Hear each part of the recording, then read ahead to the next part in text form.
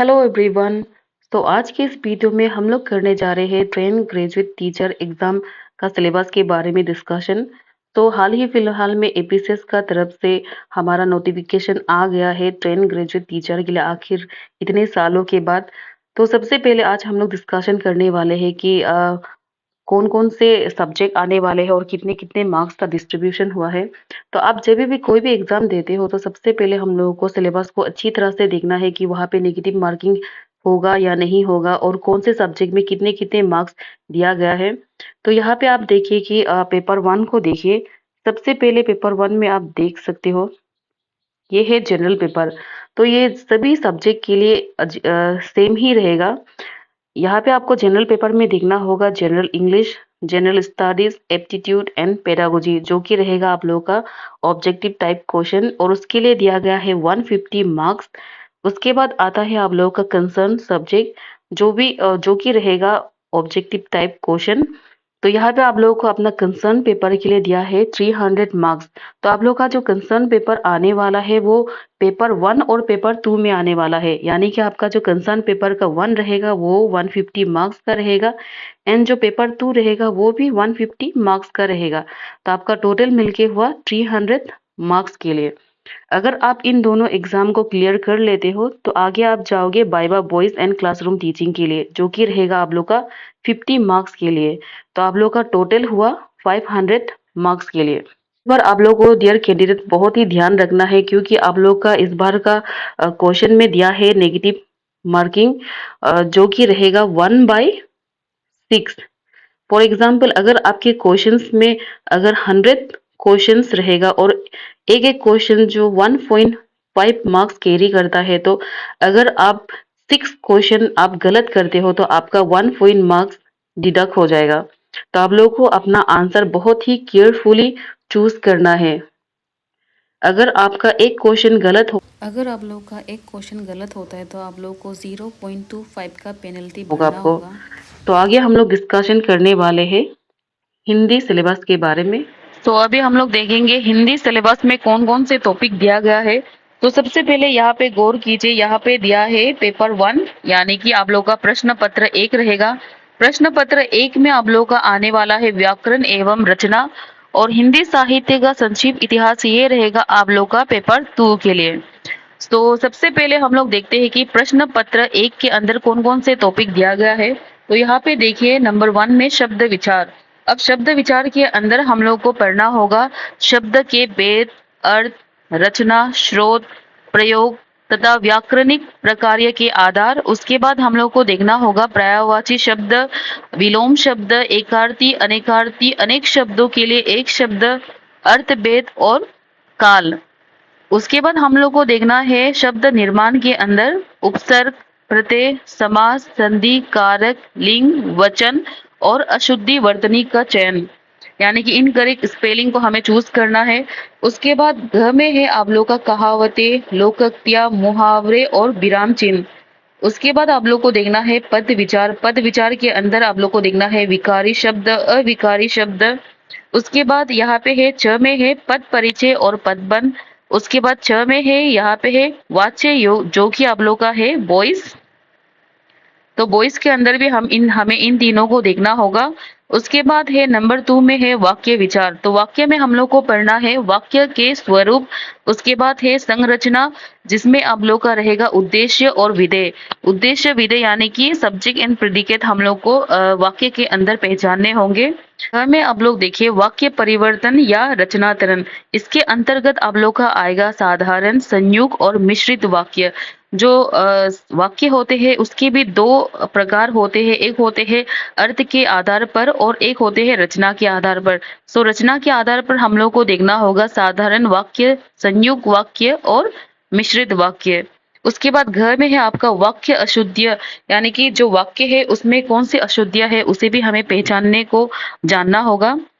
उसके बाद यहाँ पे ट्री में है आप लोगों का आने वाला है शब्द शक्ति, विवेचन। उसके बाद रस, छंद, परिचय। शब्द शक्ति में आप लोग को देखना होगा अभिधा शब्द शक्ति, लक्षणा शब्द शक्ति और व्यंजना शब्द शक्ति। और ख में आप लोग को देखना होगा शब्द गुण, प्रसाद गुण, माधुर्य गुण और ओज गुण। उसके बाद छंद में आप लोग को देखना है मात्रिक छंद, वर्णिक छंद। मात्रिक छंद भी दो प्रकार के होते हैं, एक होते हैं अर्ध सममात्रिक छंद और एक होते हैं सममात्रिक छंद। और उनके अंदर भी कौन कौन से छंद आते हैं उन सभी को देखना होगा, जैसे दोहा हो गया, रोला हो गया, सोरठा हो गया, इन सभी को आपको पहचानने होंगे और कौन कौन से नंबर्स दिए गए हैं इन सभी छंदों के लिए उसे भी आपको समझना होगा। उसके बाद घ में आप लोग का दिया है रस, यानी कि जो हम काव्य को पढ़ते समय जो हमें आनंद की अनुभव होते हैं उसी को ही हम रस कहते हैं। तो रस में कितने रस होते हैं और उनकी स्थायी भाव कितने हैं, उसके बाद कौन से आचार्य ने कितने रस माने हैं और कौन से आचार्य ने कौन सा रस नहीं माना है। जैसे कि हमारा जो भारतीय काव्य शास्त्र में से भरत मुनि हो गया, जिन्होंने रसों की संख्या 8 मानी है। और उसके बाद हम लोगों को देखना होगा अलंकार। और अब अलंकार भी होते हैं, 3 प्रकार के अलंकार होते हैं, एक होते हैं शब्द अलंकार और एक होते हैं अर्थ अलंकार और एक होते हैं शब्द और अर्थ अलंकार। अब शब्द अलंकार के अंदर भी कौन कौन से अलंकार आते हैं और अर्थ अलंकार के अंदर भी कौन कौन से अलंकार आते हैं, इन सभी को आप लोग को देखना होगा। सो नंबर 4 में आप लोग देखिए, यहाँ पे है पत्र लेखन, पत्र लेखन कौशल। तो यहाँ पे आप लोग को देखना है औपचारिक पत्र। सो औपचारिक पत्र में भी आप लोग का आएगा व्यवसायिक आवेदन एवं कार्यालय पत्र, यानी कि जो हम फॉर्मल लेटर लिखते हैं ऑफिस में या फिर किसी कामकाजी पत्र लिखते हैं तो उसी को हम औपचारिक पत्र कहते हैं। सो इसे भी आप लोग को देखना होगा। वैसे तो ये डिस्क्रिप्टिव में नहीं आएगा, आप लोग का ऑब्जेक्टिव में ही आएगा, तो ऑब्जेक्टिव के लिए ही आप लोग को इसको पढ़ना होगा। तो नेक्स्ट में है आप लोगों का अनौपचारिक पत्र, यानी कि जो हम इनफॉर्मल रूप से पत्र लिखते हैं तो उसे ही हम अनौपचारिक पत्र कहते हैं। आप जब किसी को व्यक्तिगत रूप से पत्र लिखते हैं या फिर आप जन्मदिन में किसी को आप अगर इनवाइट करना चाहते हैं, निमंत्रण पत्र लिखते हैं, तो इन सभी को आपको देखना होगा। उसके बाद यहाँ पे घ पे दिया है अनुच्छेद लेखन, यानी कि पैराग्राफ राइटिंग। उसके बाद आप लोग का आएगा अपठित गद्यांश और पद्यांश। उसके बाद है संपादकीय और प्रतिवेदन। और यह नेक्स्ट में आप गौर कीजिए, यहाँ पे लिखा है प्रश्न पत्र 2, यानी कि आप लोग का पेपर 2। और पेपर 2 में रहेगा आप लोग का हिंदी साहित्य का संक्षिप्त इतिहास। तो हिंदी साहित्य का संक्षिप्त इतिहास में आप लोग को देखना है आदिकाल, भक्तिकाल, रीतिकाल और आधुनिक काल, और इनका काल विभाजन और नामकरण। कौन कौन से आचार्य ने कौन कौन से काल को कौन कौन से नाम दिया गया है और उसकी समय सीमा को आपको बहुत अच्छी तरह से देखना है। और कौन कौन से काल में कौन कौन से रचना लिखे गए हैं और कौन कौन से रचना काल कौन कौन से काल में है, ये सब भी आपको देखना होगा। और उन काल की विशेषताएं को भी आपको देखना होगा। उसके बाद है आप लोग का गद्य की अन्य विधाएं। गद्य की अन्य विधाएं में आप लोग को देखना होगा रेखा चित्र, स्मरण, आत्मकथा, जीवनी और यात्रा वृत्तांत। आत्मकथा वे हो गए जब हम अपने बारे में, अपने जीवन के बारे में लिखते हैं तो उसे हम आत्मकथा कहते हैं। और जीवनी वे होते हैं जब हम किसी महापुरुष, महाव्यक्ति के जीवन बचपन से लेके अंत तक के जीवन में जो भी घटनाएं घटी है उनको जब हम लिखते हैं तो उसे हम जीवनी के। तो जीवनी में आप देख सकते हो अमृत राय, अमृत राय जो है मुंशी प्रेमचंद का बेटा, जिन्होंने अपने पिता के ऊपर कलम का सिपाही नामक जीवनी लिखा है। तो जब परीक्षा में अगर आप लोग को पूछा जाएगा कि कलम का सिपाही कौन सा विधा में लिखा गया है, वो जीवनी में लिखा है। और किसके बारे में लिखा गया है? मुंशी प्रेमचंद के बारे में लिखा गया है। और उसके रचनाकार कौन है? तो रहेगा अमृत राय। उसके बाद यहाँ पे आपको 6 नंबर में देखना है कबीर के साखी, बिहारी के दोहे, घनानंद के सवैया, भारतेंदु सवैया।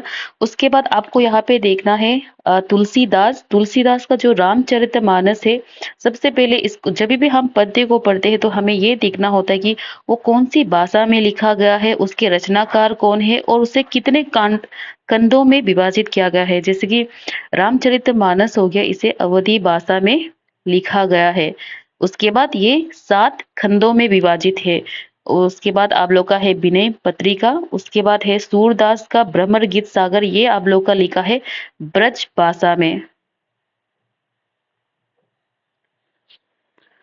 तो यहाँ पे देखिए मलिक मोहम्मद जैसी का है, मलिक मोहम्मद जैसी द्वारा लिखित पद्मावत, ये भी आप लोगों का अवधी भाषा में लिखा गया है। और माखन लाल चतुर्वेदी का है पुष्प की अभिलाषा, विद्यापति का पदावली और कृतिलता, इनकी भी आपको भाषा देखने की कौन सी भाषा में लिखा है। उसके बाद सुभद्रा कुमारी चौहान की झांसी की रानी, जयशंकर प्रसाद आंसू, ले चल वहा बुलावा देकर और कामायनी, इन सभी चीजों को आप लोग को देखना है कि कौन कौन सी भाषा में लिखा गया है, कितने खंडों में इसका विभाजित किया गया है और उसके रचनाकार कौन है और इसके प्रकाशन काल क्या है, इन सभी चीजों को आप लोग को देखना है। तो आगे है आप लोगों का गद्य साहित्य। गद्य साहित्य के अंदर हम लोग को देखना है उपन्यास। उपन्यास में आप लोग को देखना है प्रेमचंद द्वारा लिखित रंगभूमि, गोदान, निर्मला। और नाटक में आप लोग को देखना है जगदीश चंद्र माथुर का कोर्नाड, जयशंकर प्रसाद की ध्रुव स्वामिनी। और कहानी में आप लोग को देखना है प्रेमचंद द्वारा लिखित कफन, पुस की रात, ईदगाह जुर्माना। और जयशंकर प्रसाद द्वारा रचित आकाश मधुआ, फणीश्वर नाथ रेणु द्वारा रचित समवदिया, तीसरी कसम और ठुमरी। निबंध में आप लोग को देखना है रामधारी सिंह दिनकर द्वारा रचित भारत की सांस्कृतिक एकता, महावीर प्रसाद द्विवेदी की कवियों की उर्मिला विषयक उदासीनता, हजारी प्रसाद द्विवेदी की नाखून कैसे बढ़ते हैं, इन सभी चीजों को आपको देखना है।